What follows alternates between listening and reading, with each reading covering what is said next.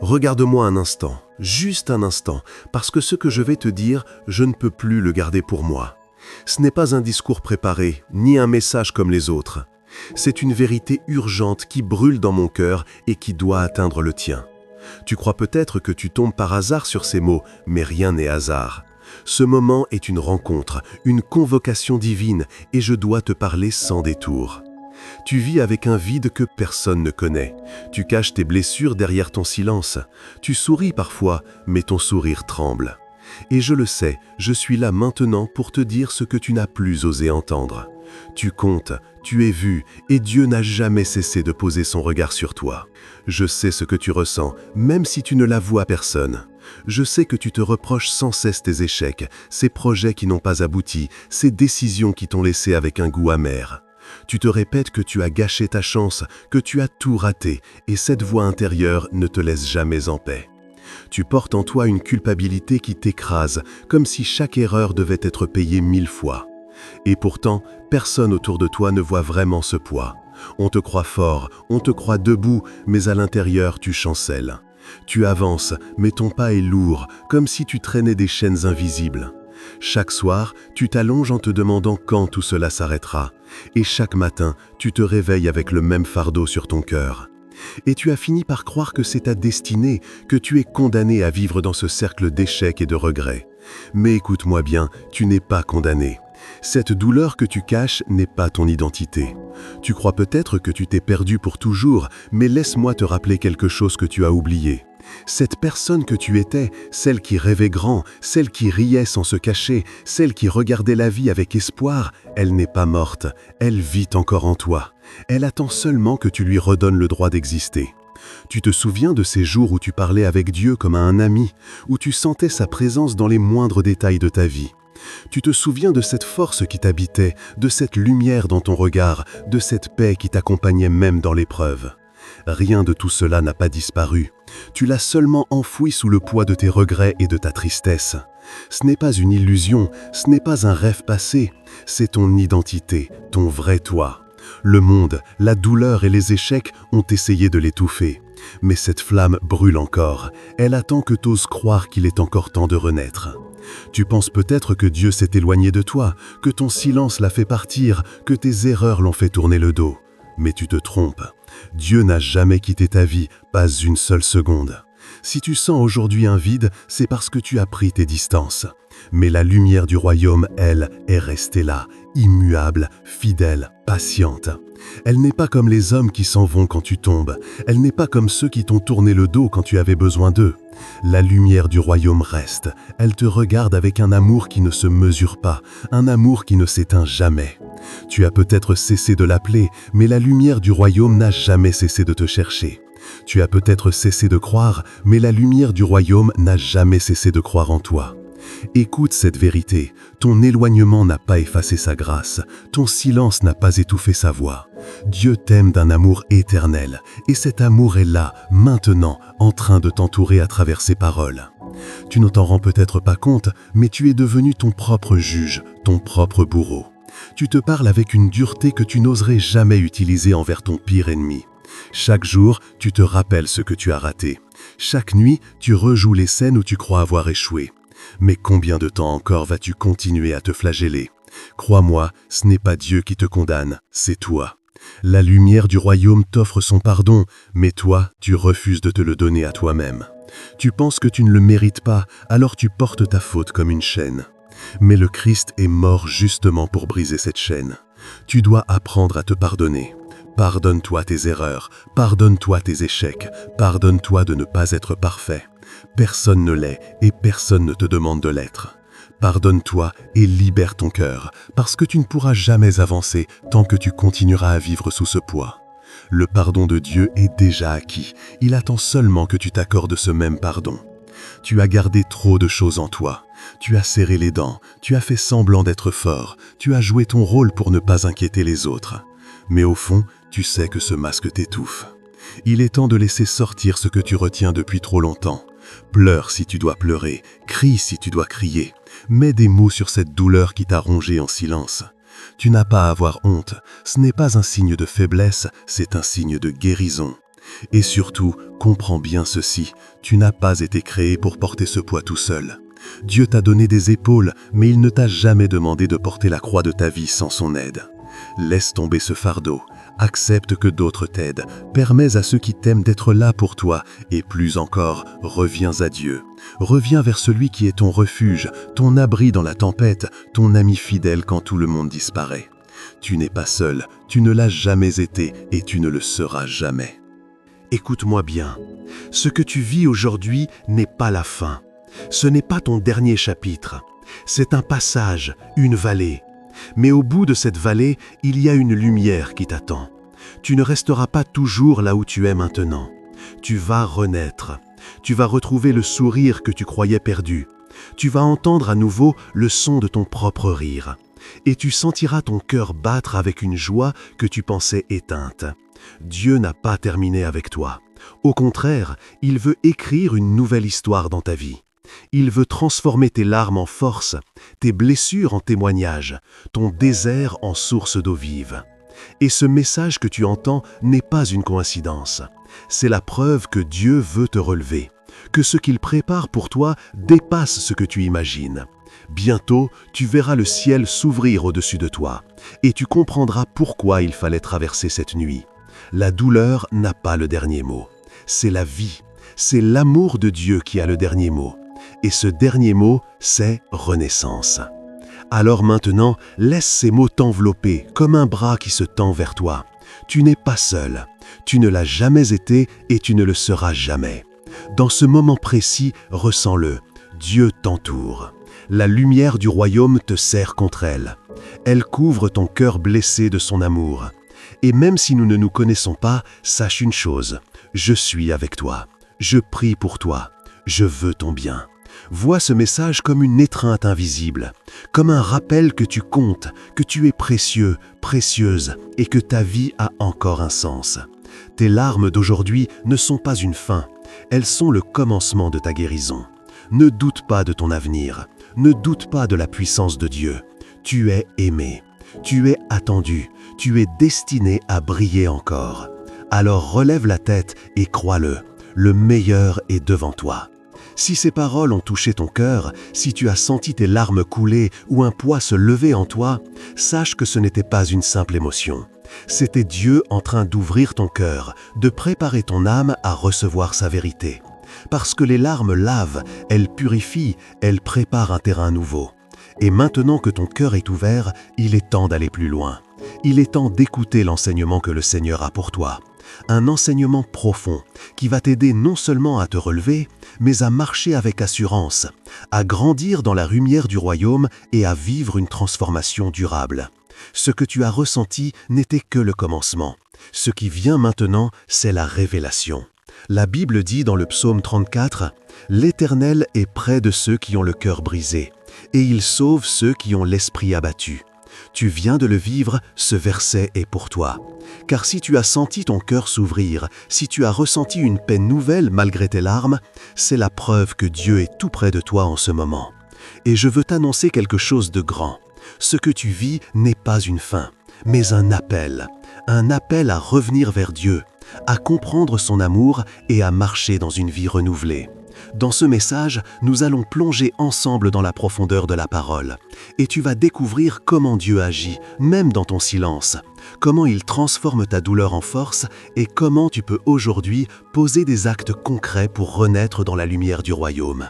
Et avant d'aller plus loin, écris en commentaire « Seigneur, je crois que tu es proche de mon cœur brisé ». Car cette déclaration sera ton premier pas de foi aujourd'hui. Reste avec moi, parce que la révélation que tu vas entendre peut marquer un tournant dans toute ton existence. À travers toute la Bible, Dieu a souvent choisi le silence comme langage sacré. Joseph enfermé dans une prison injuste, Job plongé dans la douleur sans explication, Jésus lui-même face à la croix, criant « Mon Dieu, pourquoi m'as-tu abandonné ?»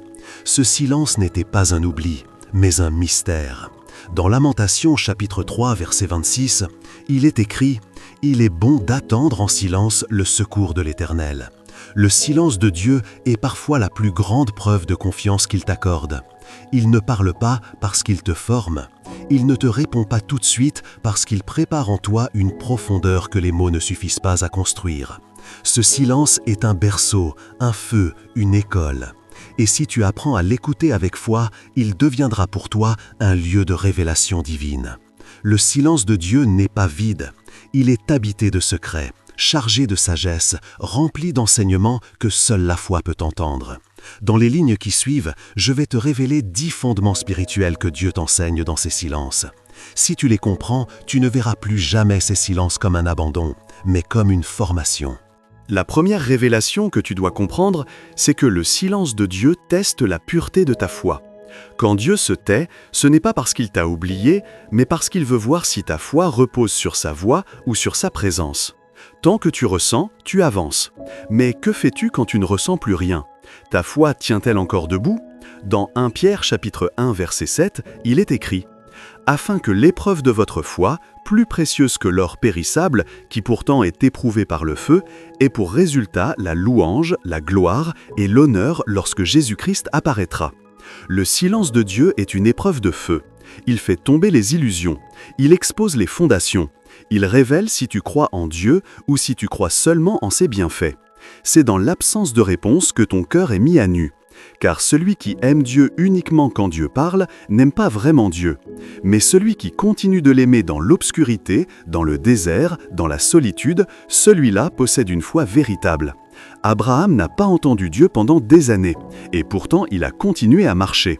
Joseph n'a pas reçu de rêve en prison, et pourtant il a gardé l'intégrité. Job n'a pas reçu de réponse à ses questions, et pourtant il n'a pas maudit son Créateur. Le silence de Dieu n'est pas un vide, c'est un miroir. Il te montre ce qui est vraiment en toi. Il fait tomber les attentes charnelles et révèle la maturité spirituelle. Ce n'est pas une punition, c'est un passage. Et si tu tiens bon, tu en ressortiras avec une foi qui ne dépend plus des circonstances, mais du caractère de Dieu. Et cette foi-là, le ciel la célèbre, car elle est rare et pure. La deuxième révélation que tu dois comprendre, c'est que le silence de Dieu construit en toi une profondeur que les paroles ne peuvent pas produire. Il y a des choses que Dieu ne peut t'enseigner dans la lumière parce qu'elles ne germent que dans l'ombre. Regarde un arbre. Sa croissance souterraine est silencieuse, invisible, lente. Mais c'est dans cette obscurité que les racines plongent en profondeur. De la même manière, Dieu plante en toi des racines de patience, d'endurance, de sagesse quand il se tait. Le livre des Lamentations, chapitre 3, verset 26, dit « Il est bon d'attendre en silence le secours de l'Éternel. Dieu ne t'a pas mis en pause, il t'a mis en formation. Et cette formation se passe loin du bruit, loin des regards, loin de toute agitation. C'est là qu'il te révèle ce que tu n'aurais jamais cherché en temps de facilité. Dans le silence, tu apprends à distinguer les mouvements de l'esprit dans les détails. Tu apprends à dépendre de la parole écrite plutôt que de la sensation. Il t'apprend à rester, à obéir, à faire confiance. C'est dans le silence que naissent les hommes et les femmes de feu. Moïse a passé 40 ans dans le désert avant d'entendre la voix dans le buisson. David a fui pendant des années dans les grottes avant d'être couronné. Jésus a vécu 30 ans dans l'anonymat avant de révéler sa gloire. Le silence est l'école des prophètes, la matrice des rois, l'atelier des âmes stables. Ne méprise pas cette saison. Dieu est en train de creuser un puits en toi. Et ce puits, plus il est profond, plus il pourra porter d'eau vive. Ce que tu crois être un silence d'abandon est en réalité un silence de fondation. Et quand tu comprendras cela, tu ne prieras plus pour que Dieu te parle, tu prieras pour que Dieu t'approfondisse. La troisième révélation que tu dois comprendre, c'est que le silence de Dieu te protège de ta propre impatience. Tu ne le vois pas, mais parfois Dieu se tait parce que, si tu entendais ce que tu veux entendre, tu irais droit dans une erreur. Son silence est un mur de grâce. Il t'arrête, il freine tes élans, il te garde de tes propres précipitations. Dans Proverbes chapitre 19 verset 2, il est écrit « Le manque de savoir n'est bon pour personne, et celui qui précipite ses pas tombe dans le péché. » Le silence de Dieu n'est donc pas un rejet, c'est un bouclier. Dieu connaît ton cœur. Il sait que parfois, si tu entends ce que tu veux entendre, tu vas le tordre, le manipuler pour justifier ton désir. Alors il se tait. Il te laisse dans l'attente, non pour t'abandonner, mais pour t'éviter de t'auto-détruire. Il veut que tu apprennes à discerner, à peser, à grandir. Le silence ralentit ton âme. Et dans ce ralentissement, Dieu te sauve. Tu te plains qu'il ne te répond pas. Mais que ferais-tu si sa réponse allait à l'encontre de ce que tu as déjà décidé dans ton cœur? Tu n'es pas prêt, et il le sait. Alors il se tait, pour t'obliger à te confronter à toi-même. Le silence révèle les zones où tu cherches ta volonté déguisée en prière. Il arrache les couches superficielles et t'emmène dans l'honnêteté spirituelle. C'est dur, mais c'est salutaire, parce que Dieu préfère te frustrer aujourd'hui que te perdre demain. Et si tu apprends à l'accepter, tu découvriras que son silence est une main invisible qui t'empêche de courir vers un piège. Garde cette parole. Dieu ne se tait jamais pour te blesser, il se tait pour te préserver. La quatrième révélation que tu dois comprendre, c'est que le silence de Dieu développe en toi l'écoute intérieure. Quand Dieu ne parle pas à haute voix, il t'invite à entendre autrement. Il te pousse à chercher sa voix dans sa parole, dans ton esprit, dans les signes invisibles qu'il sème sur ton chemin. Le silence extérieur ouvre la voie à l'écoute intérieure. Dans Jean chapitre 10, verset 27, Jésus dit « Mes brebis entendent ma voix, je les connais et elles me suivent. » Mais comment reconnaîtras-tu cette voix si tu n'as jamais été obligé de la chercher sans bruit? Dieu se tait parfois pour que tu descendes en toi. Il veut que tu apprennes à le reconnaître non dans le tonnerre, mais dans le murmure. Comme Élie dans la grotte, Dieu n'était pas dans le feu ni dans le tremblement, mais dans le souffle doux et léger. Cette école du silence forme en toi une sensibilité spirituelle qui dépasse les émotions. Tu n'attends plus que Dieu parle, tu apprends à l'écouter. Tu discernes une paix qui confirme, un trouble qui alerte, une lumière subtile dans un verset, une impression persistante dans la prière. Le silence de Dieu devient alors un langage subtil, et cette capacité à entendre au-dedans devient ta plus grande arme dans les temps de confusion. Ne dis plus « Dieu ne me parle pas », dis plutôt « Seigneur, apprends-moi à entendre comme un disciple », car c'est dans l'absence de voix que naît la vraie oreille. Et une fois qu'elle est formée, elle ne se trompe plus. Elle reconnaît l'esprit, elle discerne les saisons, elle distingue la vérité. Le silence de Dieu est l'école de l'écoute, et ceux qui acceptent d'y rester deviennent des porteurs de direction pour toute une génération. La cinquième révélation que tu dois comprendre, c'est que le silence de Dieu te détache des idoles cachées. Parfois, Dieu se tait pour que tu réalises que tu t'es attaché à ce qu'il t'a donné au lieu de t'attacher à lui. Tu as fait d'une bénédiction une dépendance, tu as fait d'une réponse une condition. Et Dieu, dans sa sagesse, se retire pour briser ce lien invisible. Il ne veut pas être un outil dans ta vie, il veut être ton seul fondement. Dans Exode chapitre 20, verset 3, il est écrit « Tu n'auras pas d'autre Dieu devant ma face ». Le silence de Dieu expose les faux dieux. Quand il se tait, tu découvres ce que tu crains vraiment, ce que tu recherches vraiment, ce que tu refuses de perdre. Et parfois, cette révélation fait mal, mais elle est nécessaire, parce que tant que ton cœur est divisé, tu ne pourras pas porter l'onction qu'il veut te confier. Dieu veut des cœurs entiers. Il veut que tu l'aimes, même sans réponse, même sans miracle, même sans sensation. Il veut que tu reviennes à lui non pour ce qu'il peut faire, mais pour qui il est. Et s'il faut passer par le silence pour briser l'idolâtrie, alors il choisira cette voie. Le silence, dans ce cas, est une chirurgie spirituelle. Il coupe, il sépare, il guérit. Et si tu laisses Dieu faire, tu ressortiras de cette saison avec un cœur purifié, recentré, renouvelé. Ce que tu croyais être une punition était en réalité une délivrance. Dieu ne se tait pas parce qu'il ne t'aime plus, il se tait parce qu'il veut te libérer de tout ce qui te vole sa place. La sixième révélation que tu dois comprendre, c'est que le silence de Dieu prépare en toi une autorité que le bruit ne produit pas. Il y a des niveaux spirituels que tu ne peux atteindre qu'en traversant des saisons où tu dois marcher sans appui humain, sans encouragement visible, sans direction claire. Ces saisons sont dures, mais elles construisent en toi une stature spirituelle. Moïse a dû vivre 40 ans dans le désert de Madian, seul avec lui-même, avant d'être capable d'affronter Pharaon. Ce n'est pas dans le tumulte du palais qu'il a reçu son autorité, mais dans le silence du désert. C'est là que Dieu l'a formé. Dans Isaïe chapitre 30, verset 15, il est écrit « C'est dans le calme et la confiance que sera votre force ». Le silence accepté avec foi devient une forge divine. Il façonne ta voix, ton discernement, ta stabilité. Il t'enseigne à parler au nom de Dieu, non selon l'émotion, mais selon la vérité. Le monde spirituel reconnaît ceux qui ont été travaillés dans le silence. Leur voix porte, même quand elle est douce. Leur prière touche, même quand elle est simple. Leur vie respire l'autorité de celui qui a appris à écouter Dieu en secret. Si tu veux avoir du poids dans l'esprit, tu dois accepter d'être creusé en profondeur. Le silence te rend solide, il te retire les mots vides, les raisonnements humains, les réactions impulsives. Il t'apprend à attendre, à observer, à bénir même sans voir, à avancer même sans ressentir. Et dans cette stabilité silencieuse naît une autorité qui ne dépend pas des hommes, mais de l'intimité réelle avec Dieu. Tu ne seras plus une voix agitée, tu deviendras une voix qui porte le ciel. Le silence de Dieu est le creuset invisible de ceux qu'il prépare pour de grandes responsabilités spirituelles. Ceux qui l'acceptent deviennent des colonnes dans le royaume. La 7e révélation que tu dois comprendre, c'est que le silence de Dieu te pousse à redécouvrir la puissance de la parole écrite. Trop souvent, nous cherchons des voix nouvelles, des signes visibles, des sensations fortes, et nous négligeons l'écriture, cette source inépuisable par laquelle Dieu parle encore aujourd'hui. Lorsque Dieu se tait dans ton esprit, il crie souvent dans ses versets. Il attend que tu ouvres ta Bible, pas seulement pour la lire, mais pour l'écouter. Dans Matthieu chapitre 4, verset 4, Jésus dit « L'homme ne vivra pas de pain seulement, mais de toute parole qui sort de la bouche de Dieu. » Ce silence te rééduque. Il t'apprend que Dieu ne parle pas toujours dans l'émotion, mais dans la méditation. Il t'enseigne que l'Esprit Saint peut faire jaillir une parole fraîche d'un verset ancien. Il veut que tu comprennes que la vérité n'a pas toujours besoin d'un rêve ou d'une vision pour être puissante. Elle vit déjà dans les lignes sacrées. Quand Dieu se tait, il te pousse à te nourrir à la racine, à creuser les Écritures comme on creuse un puits. Tu y découvriras des réponses que tu ne trouveras pas ailleurs.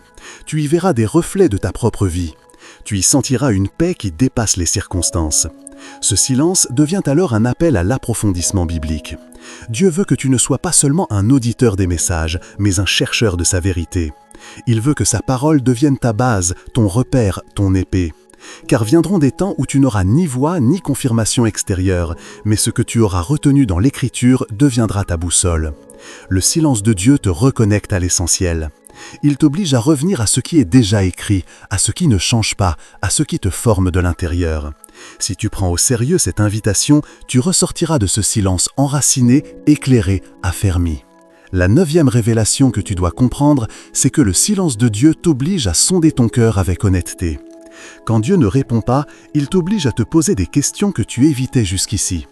Il t'invite à l'introspection, pas pour te condamner, mais pour te purifier. Dans Psaume 66, verset 18, il est écrit « Si j'avais conçu l'iniquité dans mon cœur, le Seigneur ne m'aurait pas exaucé. » Le silence de Dieu t'invite à regarder à l'intérieur. Y a-t-il un pardon que tu refuses d'accorder? Une voix que tu sais mauvaise mais que tu justifies? Une idolâtrie subtile? Un orgueil non confessé? Dieu n'est pas un distributeur de réponses, il est un père, et parfois, un père se tait pour que son enfant réfléchisse. Ce silence n'est pas là pour te détruire, mais pour t'éclairer. Il crée un espace sacré où tu peux faire le point, poser les bonnes questions, identifier les blocages spirituels. Tu découvres alors que certaines prières ne sont pas exaucées non pas à cause de Dieu, mais à cause de ce que tu refuses d'abandonner. Le silence devient un miroir, et si tu as le courage de le regarder, il t'amènera à la repentance, à la confession, à la guérison intérieure. Ce n'est pas agréable, mais c'est libérateur. Dieu se tait parfois pour que tu puisses enfin t'écouter toi-même. Et dans ce silence, si tu t'humilies, si tu reviens à lui, si tu mets en ordre ce qui doit l'être, alors la voix reviendra, et elle sera plus claire que jamais. Ne fuis pas ce silence, embrasse-le, parce qu'il est l'espace où ton cœur peut enfin rencontrer la vérité sans bruit. La 9e révélation que tu dois comprendre, c'est que le silence de Dieu t'oblige à sonder ton cœur avec honnêteté. Quand Dieu ne répond pas, il t'oblige à te poser des questions que tu évitais jusqu'ici. Il t'invite à l'introspection, pas pour te condamner, mais pour te purifier. Dans Psaume 66, verset 18, il est écrit « Si j'avais conçu l'iniquité dans mon cœur, le Seigneur ne m'aurait pas exaucé. » Le silence de Dieu t'invite à regarder à l'intérieur. Y a-t-il un pardon que tu refuses d'accorder? Une voix que tu sais mauvaise mais que tu justifies? Une idolâtrie subtile? Un orgueil non confessé? Dieu n'est pas un distributeur de réponses, il est un père, et parfois un père se tait pour que son enfant réfléchisse. Ce silence n'est pas là pour te détruire, mais pour t'éclairer. Il crée un espace sacré où tu peux faire le point, poser les bonnes questions, identifier les blocages spirituels. Tu découvres alors que certaines prières ne sont pas exaucées non pas à cause de Dieu, mais à cause de ce que tu refuses d'abandonner. Le silence devient un miroir, et si tu as le courage de le regarder, il t'amènera à la repentance, à la confession, à la guérison intérieure. Ce n'est pas agréable, mais c'est libérateur. Dieu se tait parfois pour que tu puisses enfin t'écouter toi-même. Et dans ce silence, si tu t'humilies, si tu reviens à lui, si tu mets en ordre ce qui doit l'être, alors la voix reviendra et elle sera plus claire que jamais. Ne fuis pas ce silence, embrasse-le, parce qu'il est l'espace où ton cœur peut enfin rencontrer la vérité sans bruit. La 9e révélation que tu dois comprendre, c'est que le silence de Dieu t'enseigne la persévérance qui plaît au ciel. Nous vivons dans une génération pressée qui veut des réponses rapides, des percées instantanées, des miracles immédiats. Mais le royaume de Dieu ne fonctionne pas comme un service express. Il fonctionne selon le rythme de l'éternité. Et parfois Dieu se tait longtemps, pas pour t'épuiser, mais pour t'apprendre à tenir. Dans Hébreux chapitre 10, verset 36, il est écrit « Car vous avez besoin de persévérance, afin qu'après avoir accompli la volonté de Dieu, vous obteniez ce qu'il vous est promis. » Le silence devient une école de l'endurance. Tu apprends à prier sans preuve, à continuer sans motivation, à aimer sans récompense visible. Et c'est là que ton cœur se purifie, parce que tu ne fais plus les choses pour obtenir, mais parce que tu aimes. Le ciel regarde ceux qui persévèrent dans le silence. Le ciel récompense ceux qui ne se détournent pas quand la route devient longue. La persévérance que Dieu cherche n'est pas spectaculaire. Elle est cachée, discrète, fidèle. Et c'est dans le silence qu'elle naît. C'est dans l'attente prolongée que ton oui devient profond, que ton engagement devient solide, que ta fidélité devient vraie. Dieu veut que tu sois stable, pas seulement passionné. Et pour cela, il utilise le silence comme un poids qui renforce ton âme. Ne méprise pas cette épreuve, elle produit en toi une force que rien ne pourra plus briser. La 10e révélation que tu dois comprendre, c'est que le silence de Dieu précède souvent une visitation divine. Avant chaque nouvelle dimension, il y a un silence. Avant chaque percée, un vide. Avant chaque révélation, un calme troublant. C'est le schéma du ciel. Avant que Dieu n'apparaisse à Moïse dans le buisson ardent, il s'est tu pendant 40 années. Avant que Jésus ne commence son ministère public, il a vécu dans l'ombre, sans miracle, sans voix céleste, sans manifestation visible. Et toi, tu vis peut-être ce même schéma. Tu sens que quelque chose se prépare, mais tout est calme. Tu es frustré, mais Dieu est en mouvement. Tu pleures, mais le ciel est en silence. Ce n'est pas une absence, c'est une gestation. Dans Habacuc chapitre 2 verset 3, il est écrit « Car une prophétie dont le temps est déjà fixé marche vers son terme, et elle ne mentira pas. Si elle tarde, attends-la, car elle s'accomplira certainement. » Le silence est la preuve que Dieu est en train d'aligner le ciel et la terre. Il te cache pour mieux te révéler, il te vide pour mieux te remplir, il te fait taire pour que sa voix, quand elle reviendra, prenne toute la place. Si tu vis un grand silence, attends-toi à une grande visitation. Ne bouge pas, ne fuis pas, reste à genoux. Car très bientôt, celui qui se tait va parler, et quand il parlera, ta vie entière changera. Écris en commentaire « Seigneur, je ne crains plus ton silence, j'y attends ta gloire. » Tu as vu comment Dieu travaille en silence, mais maintenant laisse-moi t'emmener encore plus loin. Il existe des vérités profondes cachées dans les Écritures que peu discernent tant qu'ils ne sont pas brisées. Ces révélations sont comme des clés pour ceux qui veulent comprendre le cœur de Dieu dans les saisons où tout semble figé. La première vérité que tu dois recevoir, c'est que Dieu ne parle pas toujours parce qu'il t'a déjà tout dit. Tu continues de chercher des confirmations, tu veux des signes, tu supplies pour une parole claire, mais tu refuses de bouger avec ce qu'il t'a déjà donné.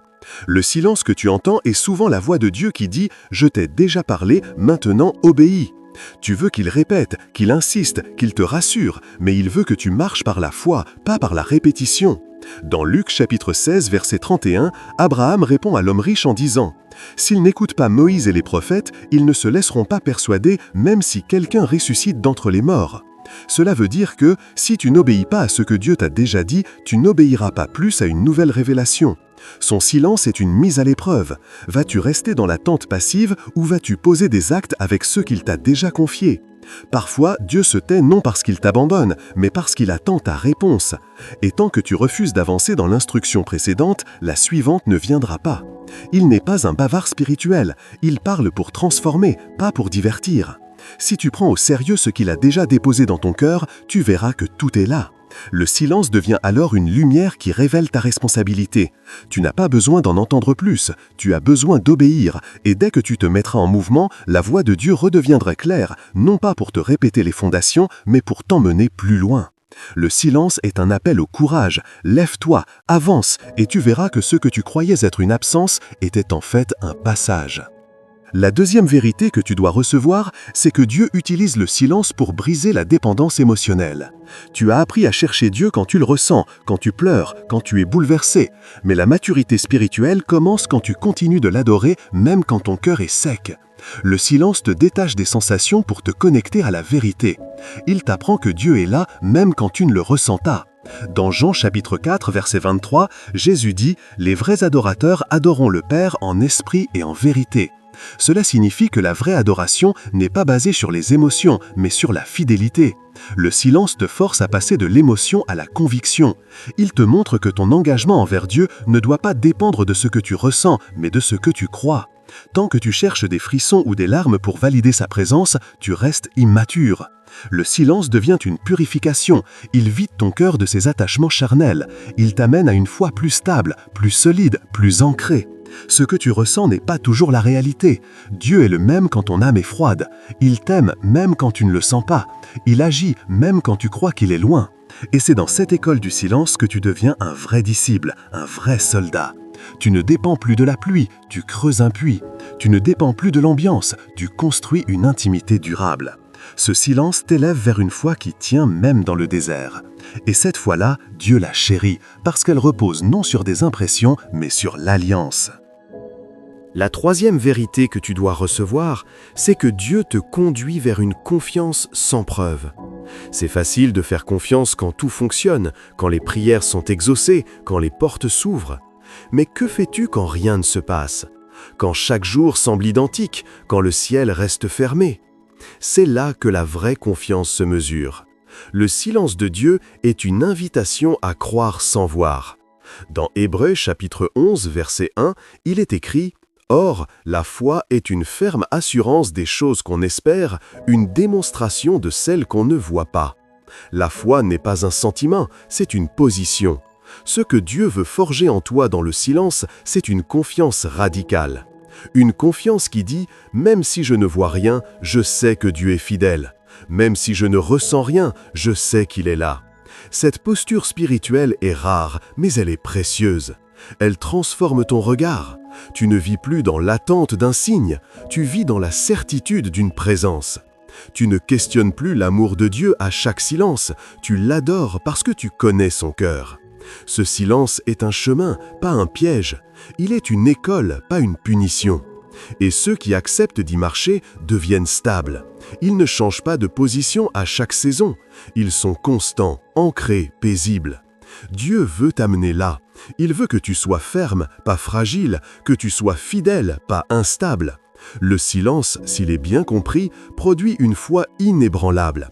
Et cette foi ouvre des portes que le bruit ne pourra jamais ouvrir.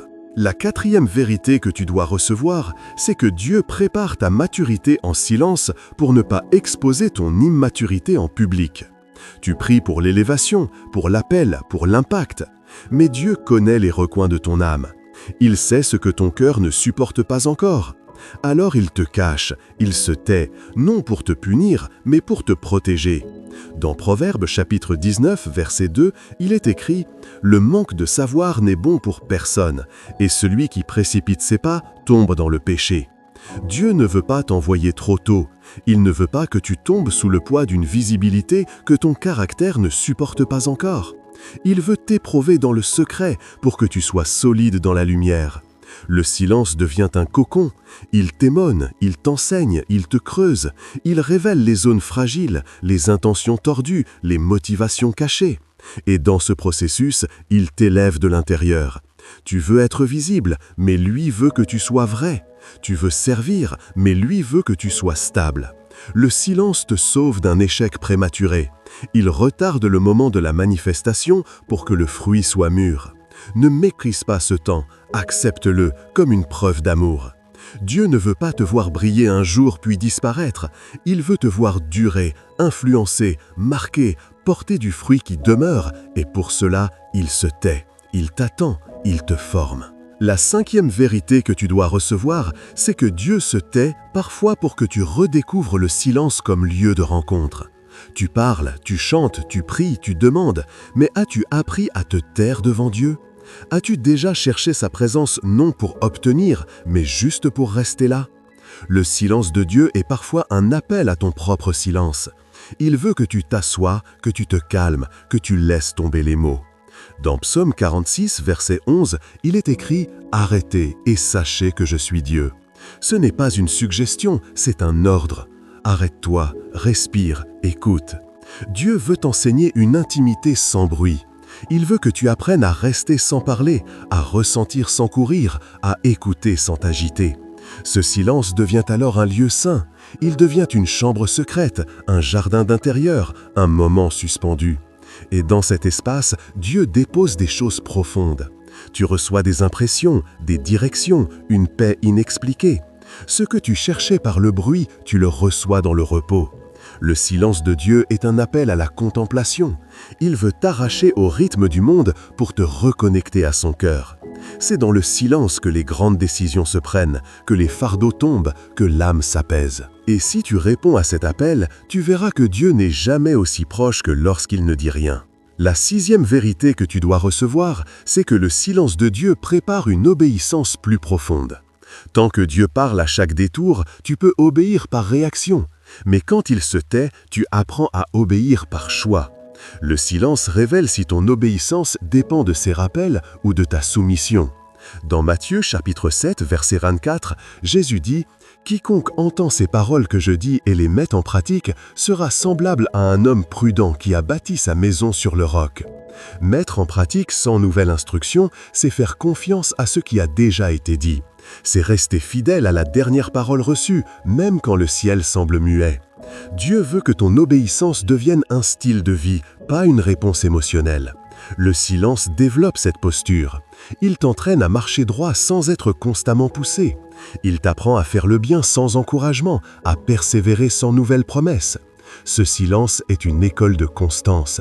Il construit des fils obéissants, pas des serviteurs instables. Il forme en toi une fidélité durable. Tu ne fais pas parce que tu ressens, tu fais parce que tu sais que Dieu est digne. Cette obéissance-là est rare, mais elle réjouit le cœur du Père. Car il sait alors qu'il peut t'envoyer sans que tu trahisses sa voix. Il peut t'utiliser sans que tu t'exaltes. Le silence façonne des obéissances solides, des bâtisseurs fidèles, des adorateurs matures. Et si tu acceptes cette école, tu verras que l'obéissance devient non un effort, mais une nature. Tu deviens obéissant même dans le silence, même dans la fatigue, même dans l'incompréhension. Et c'est là que Dieu t'élève, car il sait que ton cœur lui appartient, parole ou non. La septième vérité que tu dois recevoir, c'est que le silence de Dieu permet de purifier ton intention de prière. Quand tu pries sans obtenir, tu es obligé de faire face à ta vraie motivation. Pourquoi cherches-tu Dieu? Pour être exaucé ou pour l'aimer? Pour obtenir quelque chose ou pour demeurer avec lui? Le silence démasque les prières intéressées. Il creuse, il expose, il éclaire. Dans Jacques chapitre 4, verset 3, il est écrit « Vous demandez et vous ne recevez pas parce que vous demandez mal, dans le but de satisfaire vos passions. » Dieu ne répond pas toujours parce qu'il veut t'enseigner à prier avec un cœur pur. Il veut que tu apprennes à demander selon sa volonté, pas selon ton désir. Et ce silence devient un filtre. Il t'oblige à réévaluer, à ajuster, à t'humilier. Il t'apprend à désirer ce que Dieu désire, à prier pour l'essentiel, pas pour le spectacle, à chercher sa face, pas juste sa main. Ce silence sanctifie ta prière. Il la rend plus sobre, plus droite, plus alignée. Et petit à petit, tu découvres que ce que tu croyais vouloir n'était pas toujours ce dont tu avais besoin. Dieu t'enseigne, mais pendant ce temps, il transforme ton cœur. Il forme en toi un intercesseur, pas un mendiant. Il façonne une prière alignée au ciel. Et quand la prière devient pure, la réponse vient avec puissance. Ce silence n'est donc pas un refus, c'est un ajustement. Il t'apprend à prier non pour manipuler Dieu, mais pour marcher avec lui. Et cela change tout. La huitième vérité que tu dois recevoir, c'est que le silence de Dieu te confronte à ta résistance au changement. Tu veux entendre une nouvelle parole, mais tu refuses d'abandonner les anciennes habitudes. Tu demandes une direction, mais ton cœur reste attaché à son confort. Alors Dieu se tait. Non parce qu'il n'a rien à dire, mais parce qu'il ne veut pas te parler pour rien.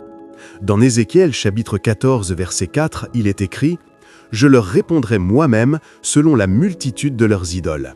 Cela veut dire que si tu cherches Dieu avec un cœur divisé, tu risques d'entendre ta propre volonté déguisée en réponse divine. Le silence devient alors une alerte. Il t'arrête, il t'oblige à te regarder en face. Dieu veut que tu changes, pas que tu ressentes, que tu obéisses, pas que tu consommes. Le silence devient une frontière entre l'ancien toi et le nouveau que Dieu attend. Et tant que tu refuses de lâcher ce qu'il t'a demandé d'abandonner, tu resteras dans le brouillard. Ce n'est pas Dieu qui bloque, c'est ta résistance. Il ne parle plus parce que tu n'écoutes pas. Et quand enfin tu lâcheras prise, quand tu feras tomber les excuses, quand tu accepteras de mourir à toi-même, alors sa voix jaillira de nouveau. Ce silence n'est pas un rejet, c'est une invitation.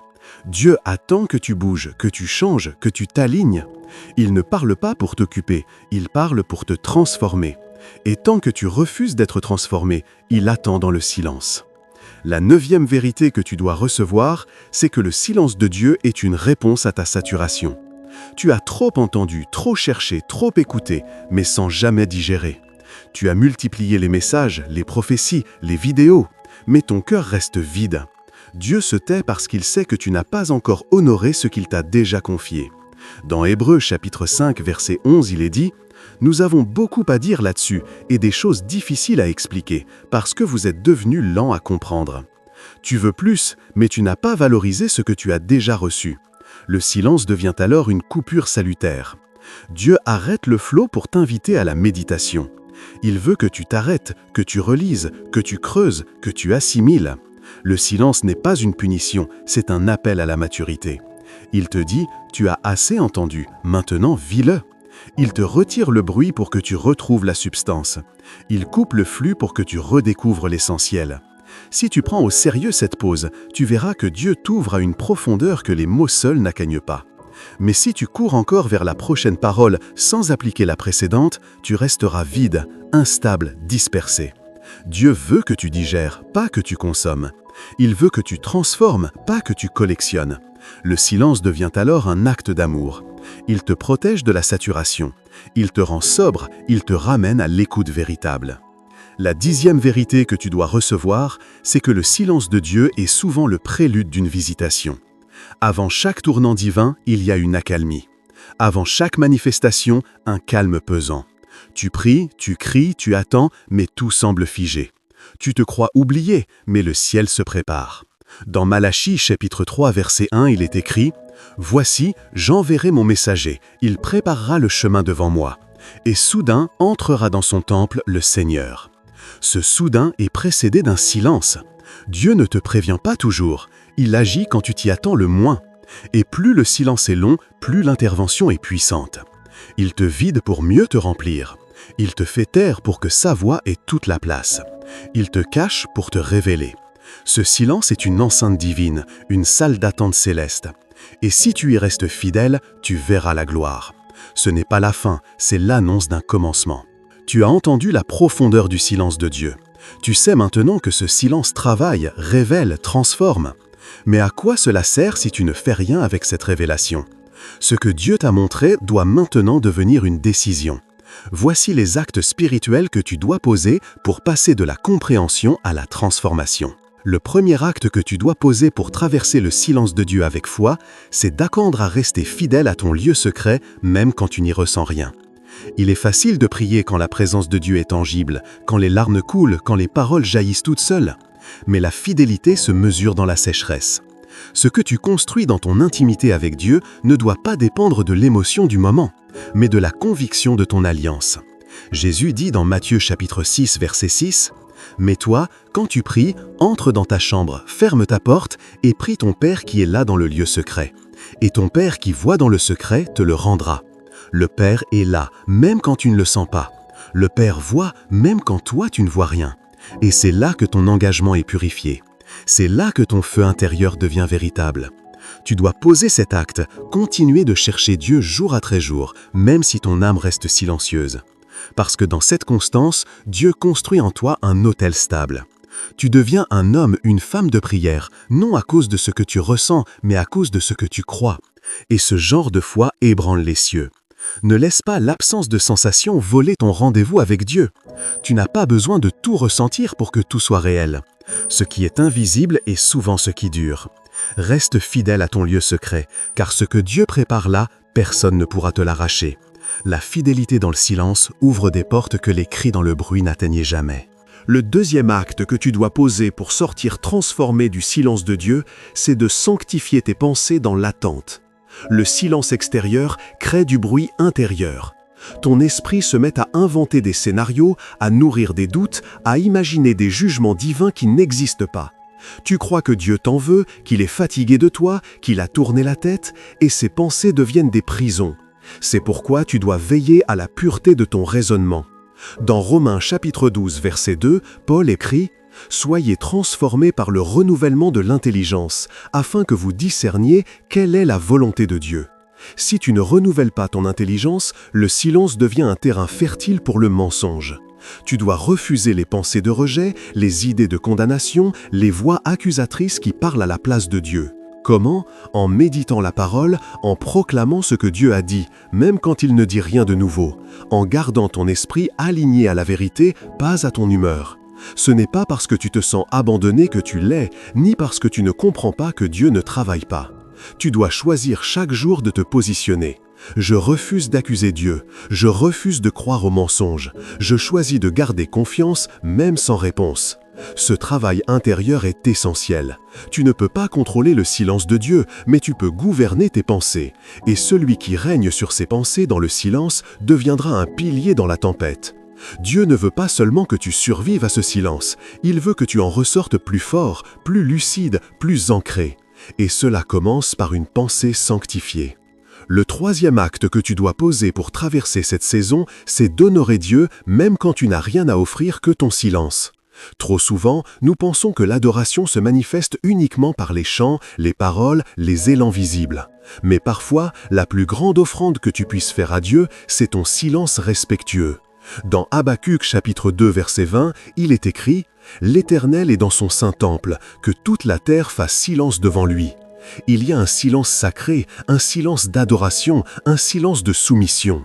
Tu ne viens pas pour exiger, ni pour t'expliquer, mais simplement pour être là, présent, offert, humble. Ce silence devient un parfum. C'est la reconnaissance que Dieu est Dieu, même quand tu ne le comprends pas. C'est une louange plus haute que les chants, plus profonde que les mots. C'est un acte de foi pure. Et ce silence, Dieu l'honore. Il le reçoit comme une preuve de maturité. Quand tu ne sais plus quoi dire, ne quitte pas sa présence. Reste, tais-toi, pleure si tu dois pleurer, mais reste là. Car dans ce silence, ton esprit se réajuste, ton cœur s'incline, ton âme apprend à se reposer. Et ce repos devient une force. Ne cherche pas à remplir le silence par des formules ou des rituels. Offre-le à Dieu. Que ton silence devienne prière, que ton immobilité devienne confiance. Et tu verras que, dans cette posture, le ciel se penche doucement, sans bruit. L'adoration dans le silence touche Dieu d'une manière que le tumulte ne pourra jamais atteindre. Honore-le, même sans mots. Le quatrième acte que tu dois poser dans cette traversée, c'est de bénir au lieu de murmurer. L'une des plus grandes tentations dans le silence de Dieu, c'est la plainte. Tu regardes les autres avancer, tu vois les bénédictions tomber ailleurs, tu entends les témoignages, mais toi, tu n'as rien. Et ton cœur commence à gronder. Tu te compares, tu te sens oublié, tu penses que Dieu fait des préférences. Mais le murmure ferme le ciel. Dans Nombre chapitre 14 verset 29, Dieu dit au peuple d'Israël « Vos cadavres tomberont dans ce désert, vous qui avez murmuré contre moi. » Le silence de Dieu n'est pas l'espace pour l'accusation, c'est l'espace pour la bénédiction. Même si tu ne vois rien, bénis. Même si tu n'as rien reçu, loue. Même si ton cœur est sec, glorifie. Cela te garde vivant, cela protège ton cœur, cela attire la faveur de Dieu.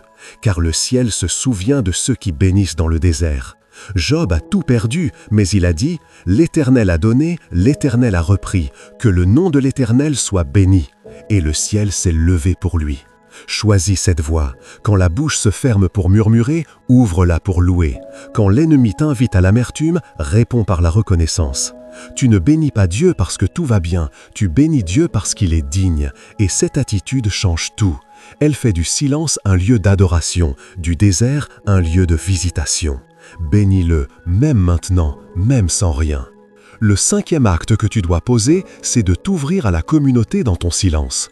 Tu crois que personne ne peut comprendre, tu penses que ton combat est unique, tu préfères te taire, t'isoler, souffrir seul. Mais cette solitude nourrit la douleur. Dieu a créé le corps de Christ pour briser l'isolement. Dans Galates chapitre 6 verset 2, il est écrit « Portez les fardeaux les uns des autres, et vous accomplirez ainsi la loi de Christ ». Le silence de Dieu ne signifie pas que tu dois t'enfermer. Au contraire, c'est souvent dans la communauté fraternelle que tu entendras Dieu à travers un frère, une sœur, un geste, une prière. Tu n'as pas à tout expliquer, tu n'as pas besoin d'être compris en entier, mais tu peux être entouré, soutenu, porté. Tu peux partager ton silence avec d'autres croyants matures qui sauront rester avec toi sans te juger. Il y a des silences qu'il ne faut pas porter seul. Dieu veut t'apprendre que son corps, c'est aussi sa voix. Ne méprise pas les relations spirituelles, ouvre-toi, cherche une oreille, laisse quelqu'un prier avec toi, intercéder pour toi, jeûner avec toi. Le silence devient plus léger quand il est partagé. Ne te cache plus, ton cœur a besoin d'oxygène et l'amour fraternel est ce souffle qui te gardera vivant. Écris en commentaire « Je ne veux plus affronter le silence seul, je choisis d'avancer avec ce que Dieu m'a donné ». Le 6e acte que tu dois poser pour sortir vivant du silence de Dieu, c'est d'apprendre à discerner les petits signes invisibles de sa présence. Tu attends une parole forte, une révélation spectaculaire, une visitation puissante. Mais Dieu murmure souvent dans les détails. Dans 1 Roi chapitre 19 verset 12, on découvre que Dieu n'était ni dans le vent violent, ni dans le tremblement de terre, ni dans le feu, mais dans un murmure doux et léger. Et si Dieu, dans ton silence, te parlait autrement, par un geste d'amour inattendu, par une paix inexpliquée, par un verset qui revient, par un rêve, par la fidélité d'un ami?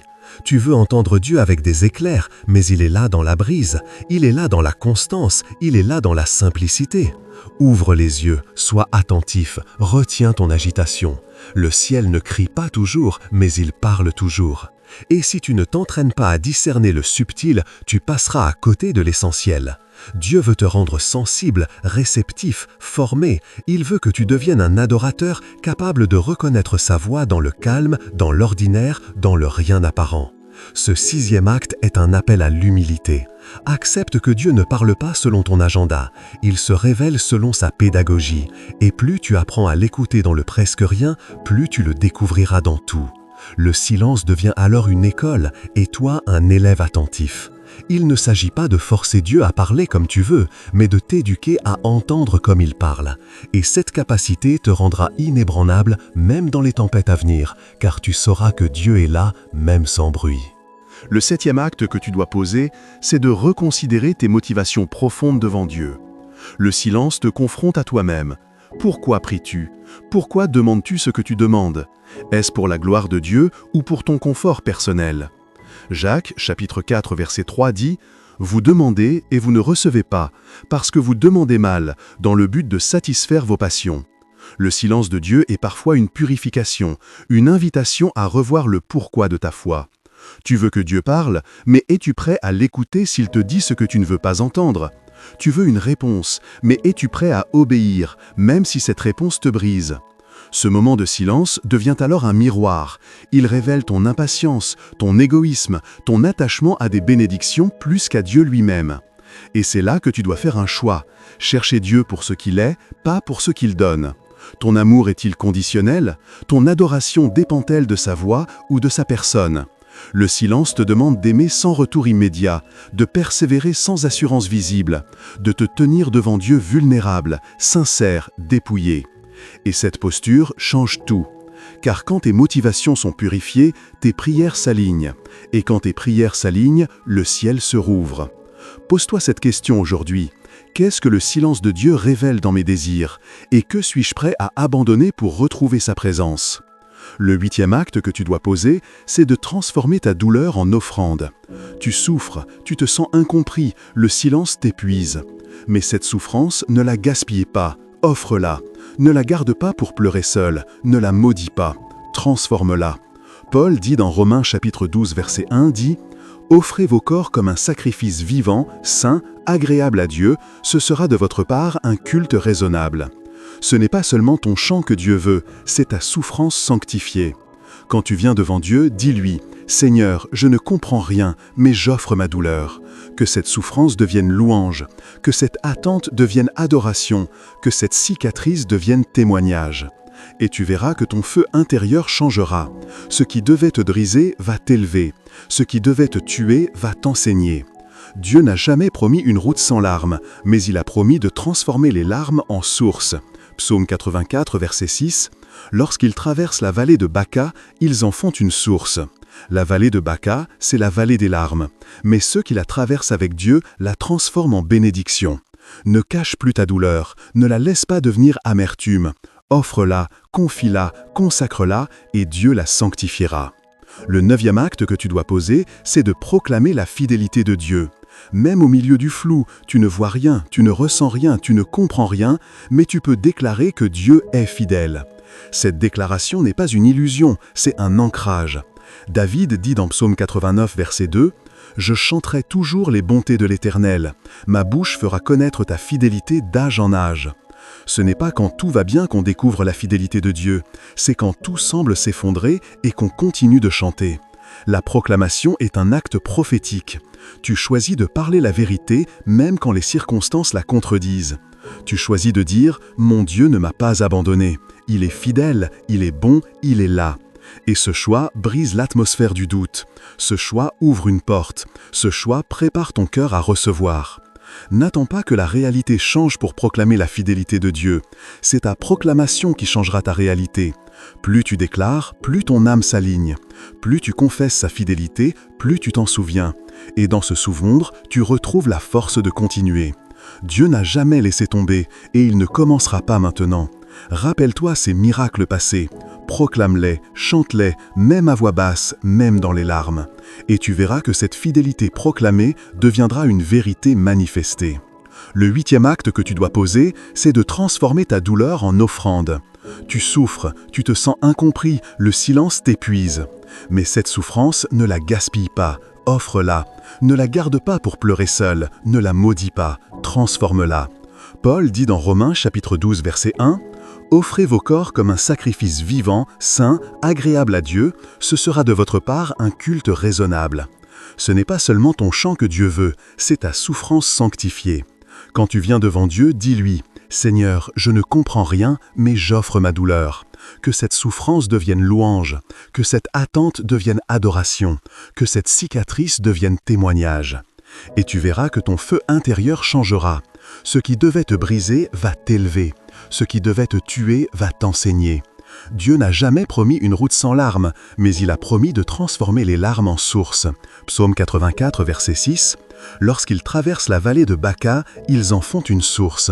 La vallée de Baca, c'est la vallée des larmes, mais ceux qui la traversent avec Dieu la transforment en bénédiction. Ne cache plus ta douleur, ne la laisse pas devenir amertume. Offre-la, confie-la, consacre-la, et Dieu la sanctifiera. Le 9e acte que tu dois poser, c'est de proclamer la fidélité de Dieu. Même au milieu du flou, tu ne vois rien, tu ne ressens rien, tu ne comprends rien, mais tu peux déclarer que Dieu est fidèle. Cette déclaration n'est pas une illusion, c'est un ancrage. David dit dans Psaume 89, verset 2, « Je chanterai toujours les bontés de l'Éternel. Ma bouche fera connaître ta fidélité d'âge en âge. » Ce n'est pas quand tout va bien qu'on découvre la fidélité de Dieu, c'est quand tout semble s'effondrer et qu'on continue de chanter. La proclamation est un acte prophétique. Tu choisis de parler la vérité même quand les circonstances la contredisent. Tu choisis de dire « Mon Dieu ne m'a pas abandonné. Il est fidèle, il est bon, il est là. » Et ce choix brise l'atmosphère du doute. Ce choix ouvre une porte. Ce choix prépare ton cœur à recevoir. N'attends pas que la réalité change pour proclamer la fidélité de Dieu. C'est ta proclamation qui changera ta réalité. Plus tu déclares, plus ton âme s'aligne. Plus tu confesses sa fidélité, plus tu t'en souviens. Et dans ce souvenir, tu retrouves la force de continuer. Dieu ne t'a jamais laissé tomber et il ne commencera pas maintenant. Rappelle-toi ces miracles passés, proclame-les, chante-les, même à voix basse, même dans les larmes. Et tu verras que cette fidélité proclamée deviendra une vérité manifestée. Le 10e acte que tu dois poser, c'est de rester en mouvement même sans direction claire. Tu veux que Dieu te parle avant d'agir, tu veux une parole spécifique, une confirmation, un plan détaillé. Mais parfois, Dieu veut que tu avances dans la confiance. Proverbe chapitre 3 versets 5 à 6 dit « Confie-toi en l'Éternel de tout ton cœur, et ne t'appuie pas sur ta sagesse. Reconnais-le dans toutes tes voies, et il aplanira tes sentiers. » Tu dois reconnaître Dieu, pas forcément attendre qu'il te parle à chaque pas. Il y a des saisons où Dieu teste ta capacité à marcher par foi, pas par vision. Ne reste pas figé dans l'attente d'un signe. Fais ce que tu sais déjà être juste. Continue de servir, continue d'aimer, continue de semer. Le silence de Dieu n'est pas une excuse pour l'immobilisme, c'est un appel à la maturité. Tu n'es plus un enfant qui attend chaque instruction, tu es un fils, une fille qui connaît le cœur du Père. Et tu avances même dans le brouillard, car tu sais que Dieu n'abandonne jamais ceux qui le cherchent sincèrement. Marche, même lentement, même avec incertitude, mais marche. Et à chaque pas, Dieu rectifiera, il guidera, il ouvrira, car ta foi en mouvement attire la faveur. Ce n'est pas la clarté qui produit la foi, c'est la foi qui produit la clarté. Alors lève-toi, même sans carte, avance, même sans GPS. Dieu sera là à chaque détour. Ce que tu vis en silence aujourd'hui n'est pas sans témoin dans le ciel, car même les épreuves les plus silencieuses ont un écho dans le cœur du Dieu. Pour que tu comprennes la sagesse divine cachée dans ces moments d'absence apparente, écoute attentivement cette parabole inspirée d'en haut, transmise pour nourrir ta foi. Il y avait dans un royaume reculé un jeune homme du nom d'Élian, fervent serviteur du roi céleste. Dès son enfance, il avait entendu parler du sculpteur invisible qui façonnait les âmes choisies pour les grandes missions. On disait que ce que le sculpteur prenait entre ses mains disparaissait un temps, puis revenait transformé, portant une lumière que nul ne pouvait éteindre. Élian priait avec ferveur. « Sculpteur du ciel, prends-moi, façonne-moi, prépare-moi pour ta gloire. » Et un matin, alors que le soleil était encore couché, il sentit un froid inexplicable l'envahir. Tout ce qui nourrissait sa foi sembla s'éteindre. Plus de voix, plus de direction, plus d'assurance. Le silence, le vide. Au début, il cria, jeûna, pleura.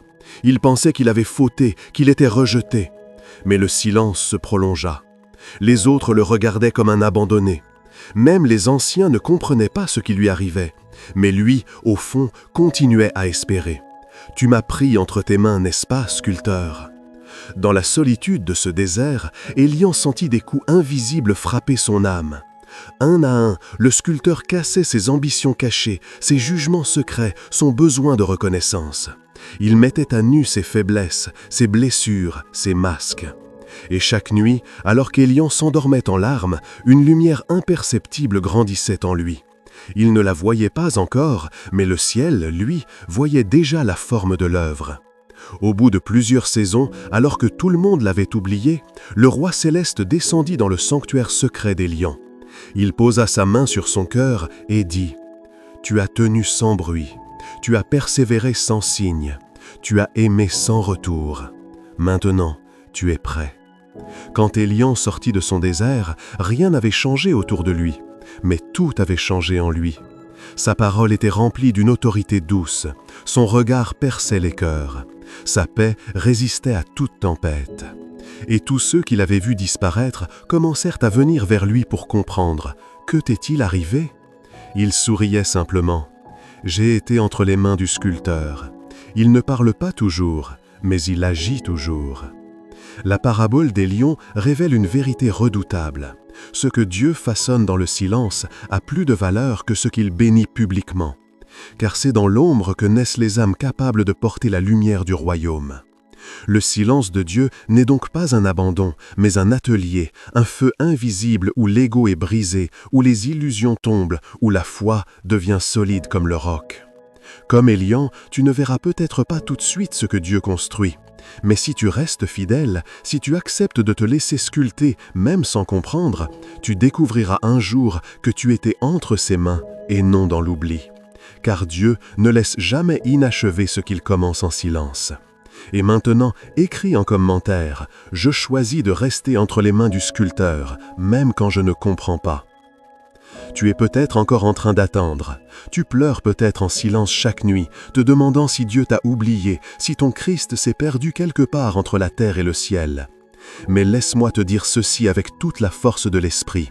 Le silence de Dieu est habité. Il est intentionnel, il est fécond. Dans chaque silence, Dieu parle autrement. Il façonne ton caractère, fortifie ton cœur, purifie ta foi. Il fait mourir ce qui n'était que façade pour ne laisser subsister que ce qui est inébranlable. Ce que Dieu construit pendant ton attente ne sera jamais superficiel. Ce sera quelque chose que personne ne pourra voler, que personne ne pourra souiller. Comme Job, comme Joseph, comme David, tu es en formation divine.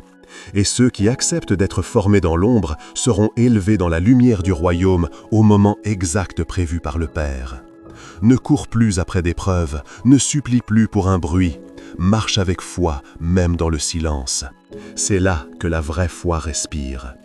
Si ce message a parlé à ton cœur, prends 1 minute pour t'abonner à cette chaîne. Ici, nous avançons dans la foi, pas à pas, guidés par la parole. Clique sur j'aime si tu as été touché et surtout, partage cette vidéo avec quelqu'un qui pleure en silence. Tu n'imagines pas à quel point ton geste peut devenir une semence d'espoir. Et reste encore quelques minutes, car je vais maintenant prier pour toi, une prière longue et profonde qui parlera à ton âme là où les mots humains ne suffisent plus. Je vais maintenant prier pour toi, une prière que j'ai portée dans mon esprit pendant que j'écrivais ce message. Elle n'est pas préparée, elle est insufflée. Laisse ton cœur s'ouvrir et reçois chaque mot comme si Dieu lui-même déposait sa main sur ta vie. Seigneur, je te bénis pour la vie de cette personne qui écoute ma voix en ce moment. Je ne connais pas son nom, je ne connais pas ses combats, mais toi, tu l'as toujours connu. Tu l'as vu naître, tu l'as vu tomber, tu l'as vu se relever. Et même lorsqu'elle pensait que tu étais loin, toi, tu étais déjà là. Silencieux, mais présent, caché, mais actif, patient, mais jamais absent. Je t'élève cette âme que le monde a peut-être rejetée, ignorée, oubliée, mais que toi, tu as choisie. Dès le ventre de sa mère. Tu n'as pas permis qu'elle entende ce message par hasard. Tu as provoqué cette rencontre pour lui rappeler que rien n'est fini, que tout commence avec toi, que même le désert a un langage que seul l'esprit peut interpréter. Seigneur, je te présente ces larmes, celles qu'elle ne montre à personne, celles qui tombent dans l'oreiller la nuit, celles qu'elle ravale pendant la journée pour paraître forte. Viens, Esprit du Dieu vivant, recueillir ces larmes comme un parfum précieux et transforme-les en puissance, en paix, en sagesse, en feu. Qu'aucune douleur ne soit perdue, qu'aucune nuit ne soit inutile. Prends ces silences, ces soupirs, ces mots étouffés et fabrique avec eux un témoignage glorieux que même les anges raconteront. Je te prie, Seigneur, pour sa santé, qu'elle soit restaurée, qu'elle reçoive maintenant dans son corps une visitation douce mais puissante. Que les douleurs disparaissent, que les organes s'alignent, que le sang circule librement, que la tête cesse de peser sous le fardeau des angoisses. Je déclare que ce corps est le temple du Saint-Esprit et que rien de ce qui n'est pas de Dieu n'a le droit de s'y installer. Que les maladies chroniques s'assèchent à la racine, que les diagnostics humains s'inclinent devant le nom de Jésus, que les nuits sans sommeil soient remplacées par un repos céleste. Je te prie, Seigneur, pour ses finances. Seigneur, tu es le Dieu qui pourvoit, non selon nos efforts, mais selon ta richesse infinie. Là où cette personne ne voit que manque, ouvre une source. Là où elle n'a plus d'issue, crée un chemin. S'il y a des dettes, qu'elles soient effacées. S'il y a des portes fermées, qu'elles s'ouvrent surnaturellement. Et surtout, Seigneur, apprends-lui à ne plus inquiéter de demain, mais à chercher d'abord ton royaume, sachant que toutes choses lui seront données en plus. Dépose dans ses mains des idées nouvelles, des connexions divines, des projets qui portent l'empreinte du ciel. Je te prie pour sa famille, que les foyers brisés soient reconstruits, que les cœurs divisés soient recousus par la paix du Christ. Je te prie pour ses enfants s'ils en ont. Protège-les, sanctifie-les, entoure-les d'anges guerriers, qu'aucune influence ténébreuse ne pénètre leur esprit, et s'il ne les a pas encore, qu'ils viennent au temps marqué. Je te prie pour son couple, s'il existe, ou pour la personne que tu as destinée à marcher à ses côtés. Que toute solitude qui pèse soit allégée par ta présence. Que la patience ne se transforme pas en amertume. Rappelle-lui que ce que tu bâtis prend du temps, mais ne s'écroule jamais. Je te prie pour son ministère, même s'il est invisible, même si personne ne le reconnaît, toi tu vois. Fortifie ses mains fatiguées, ranime sa flamme intérieure, qu'il ne s'éteigne pas à cause du rejet, qu'il ne s'éloigne pas à cause du découragement. Relève ses épaules, restaure sa vision. Fais-lui comprendre que son appel est intact, même après les échecs. Utilise ces cicatrices comme porte de témoignage. Qu'ils deviennent un refuge pour ceux qui tombent, une lumière pour ceux qui tâtonnent. Je te prie, Seigneur,